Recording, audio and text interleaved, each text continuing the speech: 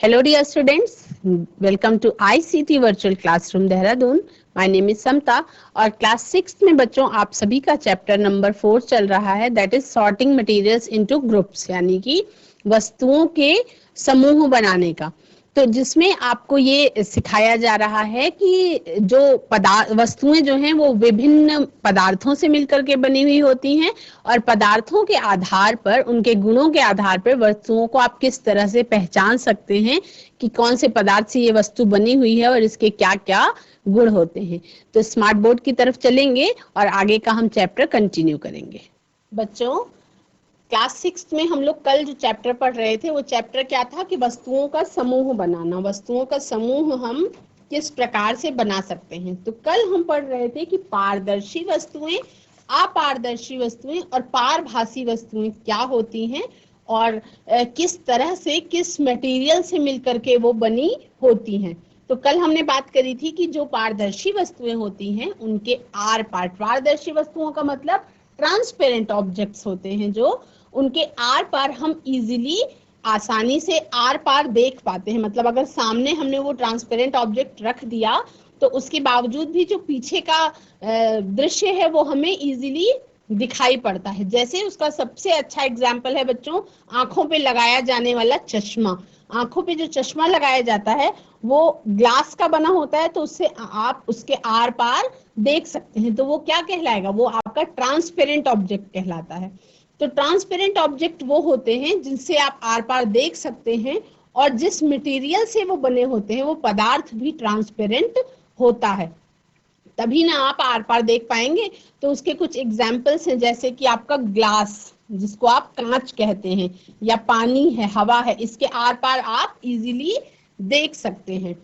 अच्छा, दूसरे तरीके के ऑब्जेक्ट वो होते हैं जो आपको आर पार नहीं दिखाई देते, जिससे आप आर पार नहीं देख पाते हैं, वो होते हैं और तीसरे तरीके के होते हैं जिससे आप आर पार देख तो पाते हैं लेकिन बहुत धुंधला देख पाते हैं, यानी कि आप केवल आइडिया लगा पाते हैं कि आपके उस ऑब्जेक्ट के पीछे क्या चीज है।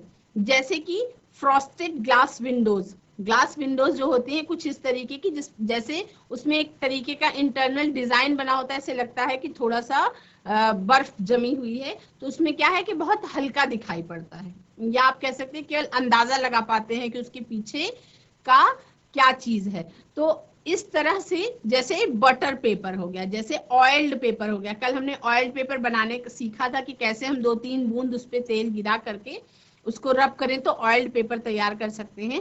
और एक तरीके के ऑब्जेक्ट्स वो होते हैं बच्चों कि जिनसे आप आर पार बिल्कुल भी नहीं देख सकते। जैसे मान लीजिए कि आपकी क्लासरूम में लकड़ी का दरवाजा लगा हुआ है, आपने अपने लकड़ी के दरवाजे को, क्लासरूम को बंद किया, तो क्या आप क्लास के बाहर फिर भी देख पाएंगे अगर दरवाजा बंद है तब भी? यानी कि लकड़ी के आर पार आप नहीं देख सकते हैं। अगर लोहा है तो लोहे के भी आर पार आप नहीं देख सकते हैं, दीवारों के आर पार आप नहीं देख सकते हैं। लोहा यानी कि जैसे अलग अलग तरीके की धातुएं जो होती हैं उनके आर पार आप नहीं देख पाते हैं। तो इस आधार पर पारदर्शी, अपारदर्शी और पारभासी 3 कैटेगरीज में वस्तुओं को डिवाइड कर दिया गया है। उसके आधार पे आप लोगों ने समझा। अब इसके लिए आपको करना क्या है बच्चों? केवल लिस्ट बनानी है आपको। इस चैप्टर में केवल वर्गीकरण ही सीखना है कि अलग अलग वस्तुएं कौन कौन सी कैटेगरी में बांटी जा सकती हैं, उनके क्या क्या गुण हो सकते हैं उसके आधार पे। तो आपके सामने एक लिस्ट दी हुई है, आप चाहें तो इसको नोट भी कर सकते हैं। कुछ पदार्थ दिए हुए हैं और उनकी विजिबिलिटी क्या है, मतलब वो पूरी तरीके से आर पार दिखाई पड़ता है या कम दिखाई पड़ता है या बिल्कुल नहीं दिखाई पड़ता, और उसके आधार पे फिर उसका वर्गीकरण किया गया है। तो पारदर्शिता के आधार पे उसका वर्गीकरण किया गया है, यानी कि आर पार आप है तभी ना आपको बर्तन के पेंदे पे वो स्पून दिखाई पड़ता है, तो यानी कि ये क्या है? ट्रांसपेरेंट है, पारदर्शी है। और आइस क्यूब, आइस क्यूब के आर पार बहुत हल्का दिखाई पड़ता है, पार्शियली विजिबल होता है, तो आप इसको ट्रांसलूसेंट कह सकते हैं या इसी को पारभासी कहते हैं। और डिश जो किसकी, मेटल की बनी हुई होती है, तो डिशेस जो है वो आर पार उसके नहीं दिखाई पड़ता, तो डिश कैसी है? Not at all visible. एकदम से आर पार उसके नहीं दिखाई पड़ता, चाहे वो कोई प्लास्टिक की प्लेट हो या आपकी मेलामाइन की प्लेट हो या आपकी स्टील की प्लेट हो, आर पार आप प्लेट के नहीं देख सकते हैं। अदरवाइज अगर वो प्लेट कांच की बनी हुई हो तो आर पार आप देख सकते हैं। वो कैसी होती है? ओपेक, यानी कि अपारदर्शी कहलाती है। और शर्ट, अब इसमें लिखा हुआ है नॉट एट ऑल विजिबल, लेकिन कभी कभी अगर हल्के कपड़े की बनी हुई है तो शर्ट से आर पार आप देख सकते हैं, है ना। कभी कभी ऐसा होता है कि आप देख सकते हैं और कभी कभी ऐसा होता है कि आप नहीं देख पाएंगे। अगर कपड़ा हल्का है तो वो पारभासी, पारदर्शी तो नहीं होगा लेकिन पारभासी होगा, यानी कि कुछ आप हल्का फुल्का दिखाई पड़ेगा। और अगर कपड़ा मोटा है तो अपारदर्शी होगा, यानी कि बिल्कुल भी नहीं दिखाई पड़ेगा। तो कपड़ों की क्वालिटी के आधार पे अलग अलग उसको पारदर्शी और अपारदर्शी और पारभासी में आप बांट सकते हैं। अच्छा, इसके बाद आपने कभी नोटिस किया है कि जब आप शॉप्स में जाते हैं, have you notice that a grocer keeps biscuits and chocolates in transparent jars? Transparent jars में रखता है। Grocers keep biscuits, chocolates in transparent glass jar so that these materials are easily visible to customers. क्यों रखता है transparent डब्बे के अंदर? क्योंकि वो अपने जो उसके खरीदार होते हैं, जो उसके ग्राहक होते हैं, उनको वो चीजें दिखाना चाहता है कि मेरे पास भी ये चॉकलेट या ये बिस्किट है, तो सामने जो खरीदने आता है वो खरीद सकता है। इसलिए क्या करते हैं? ट्रांसपेरेंट। तो वो या तो ट्रांसपेरेंट ग्लास जार होते हैं या वो ट्रांसपेरेंट प्लास्टिक जार्स भी हो सकते हैं। वो पारदर्शी कांच के डिब्बे भी हो सकते हैं या पारदर्शी प्लास्टिक के डिब्बे भी हो सकते हैं, क्योंकि प्लास्टिक का मटेरियल भी पारदर्शी होता है। का पारदर्शी प्लास्टिक के डिब्बे भी हो सकते हैं। ठीक है। इसके बाद अब केवल इस चैप्टर में आपको क्या करना है, अपने आसपास जो भी चीजें हो रही हैं उसी को नोटिस करना है बच्चों। उसी से आप बहुत कुछ सीखेंगे। जैसे क्या अभी कभी आपने नोटिस किया है कि बहुत सारी मेडिसिन्स जो होती हैं, दवाइयां जो होती हैं, वो dark brown coloured in colour, वो कलर में ज्यादा डार्क क्यों होती हैं? Many medicines are sensitive to light. कभी कभी मेडिसिन की डब्बे पे आप देखेंगे तो उसमें लिखा हुआ होता है कीप इन डार्क एंड, कैसे लिखा होता है कि कीप इन डार्क, यानी कि उसको अंधेरे में रखें या do not expose in sunlight, इस तरीके से लिखा होता है कि उसको धूप की रोशनी में ना रखें। उसका रीजन होता है कि वो सेंसिटिव होती हैं लाइट के लिए, तो their composition might be affected if exposed to light. हो सकता है कि दवाइयां जो बनी हुई होती हैं, जिन केमिकल्स से बनी हुई होती हैं, अगर उनको खुली धूप में रख दिया जाए या बहुत गर्म जगह पे रख दिया जाए तो हो सकता है वो खराब हो जाए, कंटामिनेट हो जाए या नुकसान पहुंचाएं मरीज को। तो इसलिए उसमें ये इंस्ट्रक्शंस लिखे हुए होते हैं। इसीलिए जो सिरप्स होते हैं are packed in brown coloured bottles as a result of which light is not allowed to pass through them। यानी कि ज्यादातर जो बॉटल होती है वो डार्क कलर की होती है, ताकि मान लीजिए थोड़ा बहुत लाइट में रखी भी हो तो उसके आर पार लाइट पास ना होने पाए और जो दवाइयों की क्वालिटी है वो मेंटेन रहे। क्योंकि हर दवा के पीछे लिखा रहता है कि do not expose in sunlight, या कहीं कहीं लिखा रहता है कीप इन डार्क, इस तरह से। तो वो अब ये क्या है, चैप्टर आपको केवल आसपास क्या हो रहा है आपके वातावरण में वही आपको समझने की कोशिश करना है। हैव यू एवर नोटिस्ड, क्या आपने कभी नोटिस किया है this glass windows are always covered with curtains? ये तो बहुत नॉर्मल सी बात है कि जो शीशे की खिड़कियां होती हैं उसके आसपास, उसके बाहर अंदर की तरफ लोग क्या करते हैं, हमेशा पर्दा लगा देते हैं। Glass is a transparent material. आप सबको पता है कि ग्लास कैसा है, कांच जो है वो एक पारदर्शी पदार्थ है, तो उसके आर पार सारी चीजें दिखाई पड़ती हैं, तो इसलिए कर्टेन्स का यूज कर लिया जाता है। और कर्टेन्स कैसे होने चाहिए? वो जो अपारदर्शी मटेरियल के बने हुए हो, या आप कह सकते हैं कि खूब मोटे कपड़े के बने हुए हो। As a result the curtains restrict visibility, यानी कि जैसे मान लीजिए कांच की शीशे की खिड़की लगी हुई है, तो अगर आपने अंदर कर्टेन्स नहीं लगाए हैं तो आप अपने घर के अंदर जो कुछ भी कर रहे हैं वो बाहर से दिखाई पड़ेगा। तो उस विजिबिलिटी को रिस्ट्रिक्ट करने के लिए मोटे पर्दे के कर्टेन्स लगा, मोटे कपड़े के कर्टेन्स लगा दिए जाते हैं। कर्टेन्स को आप क्या कहते हैं? कर्टेन्स यानी कि पर्दे, कर्टेन्स यानी कि पर्दे। और हमेशा ग्लास विंडो को कवर करने के लिए ये पर्दे लगा दिए जाते हैं जब आवश्यकता होती है, और आवश्यकता के अनुसार उसको हटाया भी जा सकता है। फिर interaction of various substances with water, यानी कि पानी के साथ अलग अलग मटेरियल्स का क्या व्यवहार होता है उसके बारे में आपको जानना। अब ये चीजें आपको हर जगह ऑब्जर्व ही करना है, आपको हर जगह समझना है, समझने की कोशिश करना है कि कुछ वस्तुएं क्या होती हैं? Dissolve in water. कुछ चीजें क्या होती हैं? पानी में घुल जाती हैं, डिसॉल्व हो जाती हैं, और कुछ क्या होती हैं जो डिसॉल्व नहीं होती हैं। यानी कि जैसे हम बात करते हैं किसकी? हम चीनी के शरबत की बात कर लेते हैं। तो चीनी का जो शरबत बनता है, पानी में अगर चीनी को आप घोलते हैं, या हम नमक की बात कर लेते हैं, अगर पानी में आप नमक को घोलते हैं, तो जब आप 2-3 मिनट तक स्पून को स्टीर करके उसमें घोल देते हैं चीनी को, तो क्या आपको चीनी और पानी अलग अलग दिखाई पड़ते हैं? क्या नमक को पानी में घोलने के बाद आप नमक और पानी को अलग अलग देख पाते हैं? अगर नहीं देख पाते हैं तो इसका मतलब ये है कि वो जल में घुलनशील है। अगर आप उसको अलग अलग घुलने के बाद नहीं देख पाते हैं तो इसका मतलब ये है कि वो पदार्थ जो है वो जल में घुलनशील है, यानी कि डिसॉल्व हो जाएगा वो पानी में।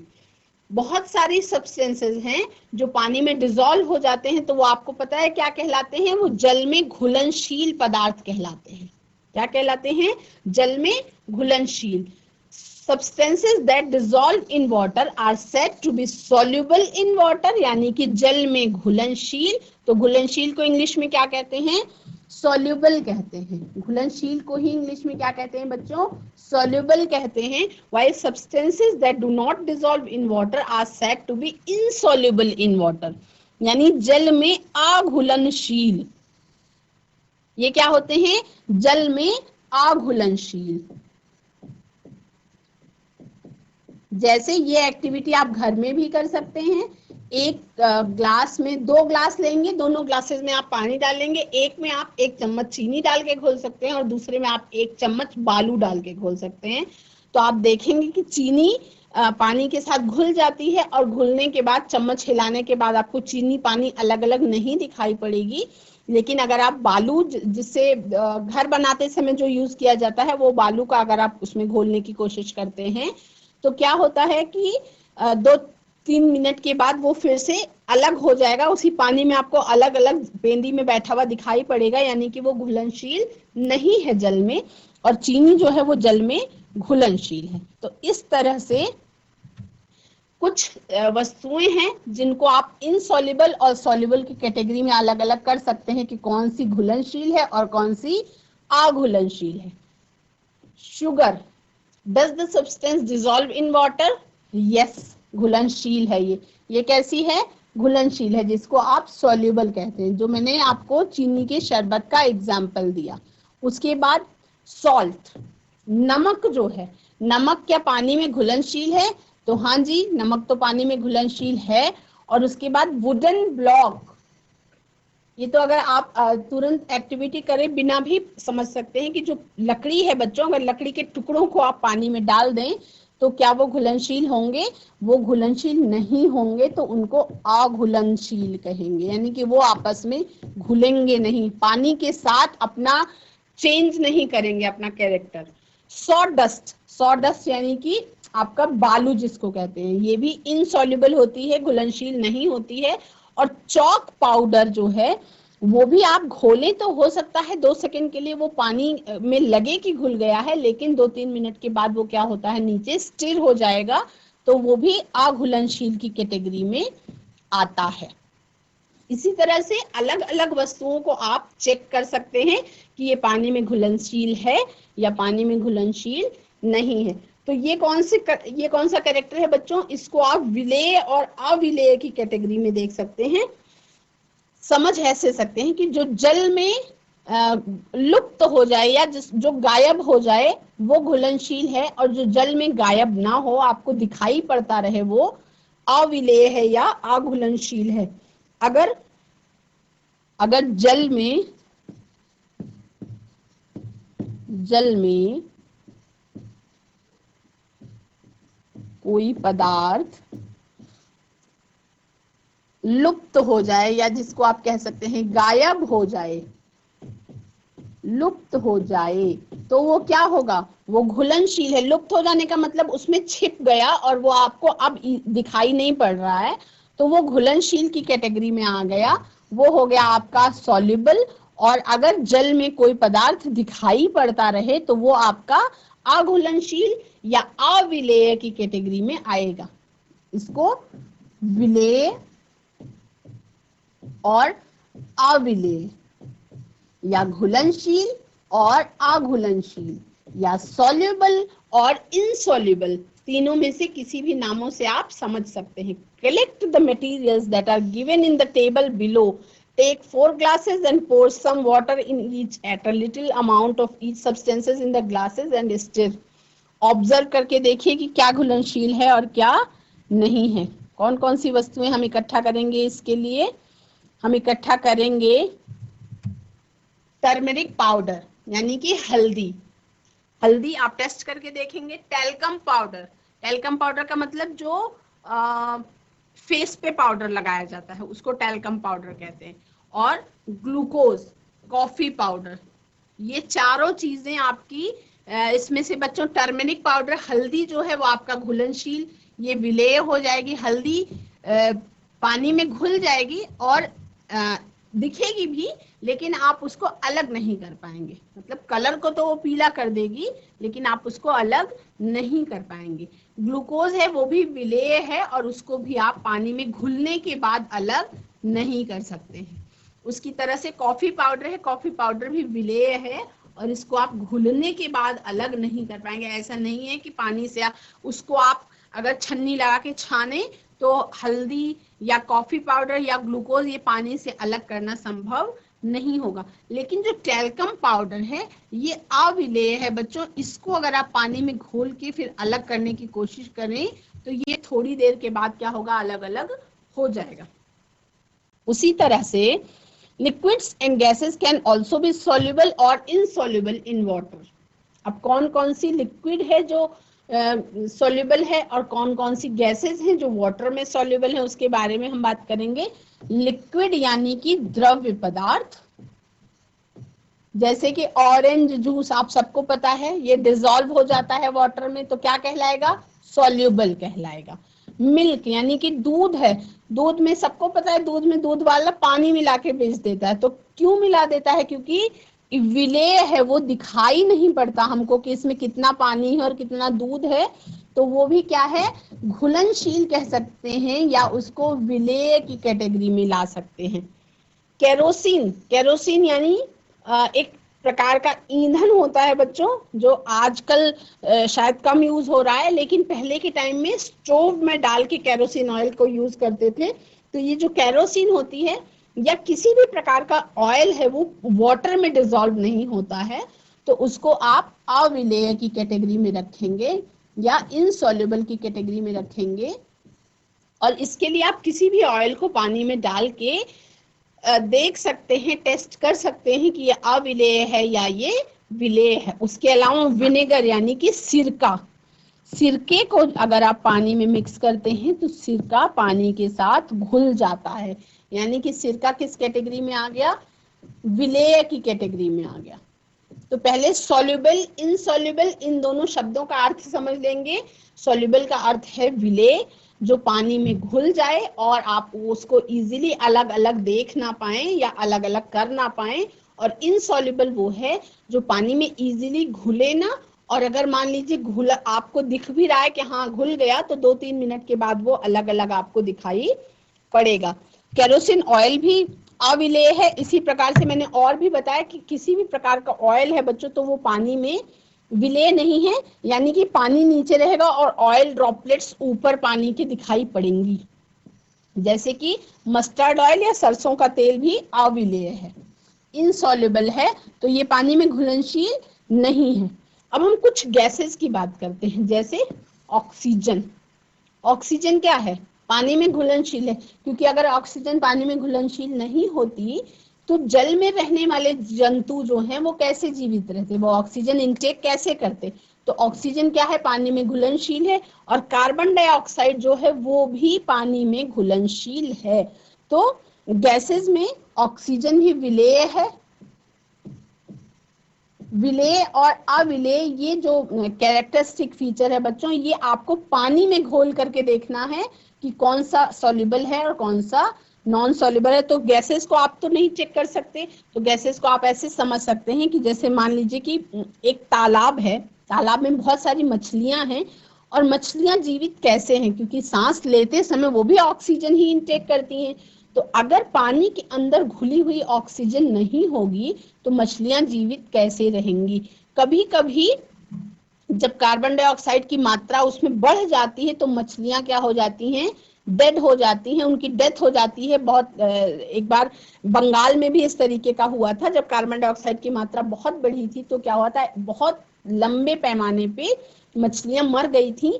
तो मतलब ऑक्सीजन की सांस लेने के लिए जरूरत है, और वो ऑक्सीजन उनको जल में घुलनशील रूप में मिलती है, जिससे ही वो मछलियां सांस ले पाती हैं। कार्बन डाइऑक्साइड भी क्या होती है, जल में घुलनशील होती है, यानी कि विलेय होती है। तो गैसेस में आपका ऑक्सीजन और कार्बन डाइऑक्साइड के बारे में जाना कि ये आपकी जल में घुलनशील हैं गैसेस। ये सब चीजें बच्चों आपको ऑब्जर्व करनी है। मैं केवल क्लास में पढ़ा सकती हूँ, लेकिन जब आप अपने घर जाएं और ये एक्सपेरिमेंट्स करके देखें छोटे छोटे अपने पेरेंट्स की देखरेख में, तो आपको ये चीजें ज्यादा समझने में आसानी होगी। Many gases are insoluble in water, however they can be dissolved in water by applying pressure. इसके बारे में हम बच्चों कल बात करेंगे।